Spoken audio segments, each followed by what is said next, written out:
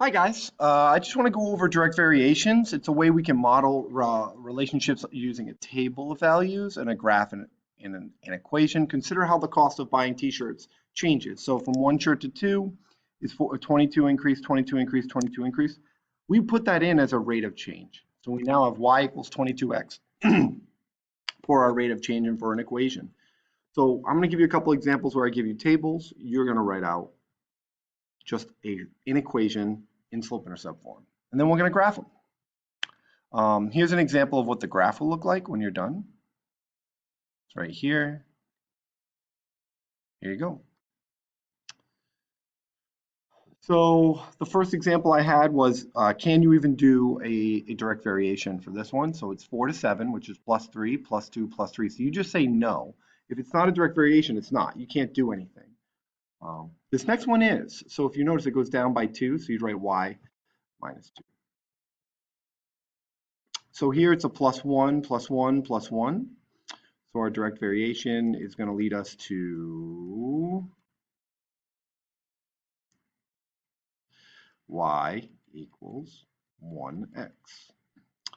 Direct variations here, you're going to have to kind of look for, oh, they give it to you here, so it's y equals negative 2 over 3, 3 over 2x, I mean. And this one, it goes down by, what looks like it goes by down here by 12.5. And then it goes down by 5. And then it goes down by 7.5. These numbers are out of order though. So if you put these back in order, there may be a direct variation. Let's take a look. And then we're going to end up getting from here to here. It would be a new table of values. So you'd end up with, let's see, so it would be negative 2, 1, 3, 4. So there's a jump in the direct variation. So we have negative 10 here. We have a negative 7.5 here. So if there was a 2 here, it would be negative 5. And if there was a 1, it would be negative 1.5. Oh, there is a direct variation. It's starting to fill in.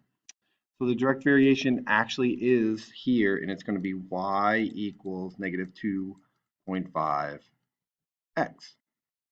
Next, we have an equation, just go up 3 over 1, just like when we graphed equations of lines before, and that's it.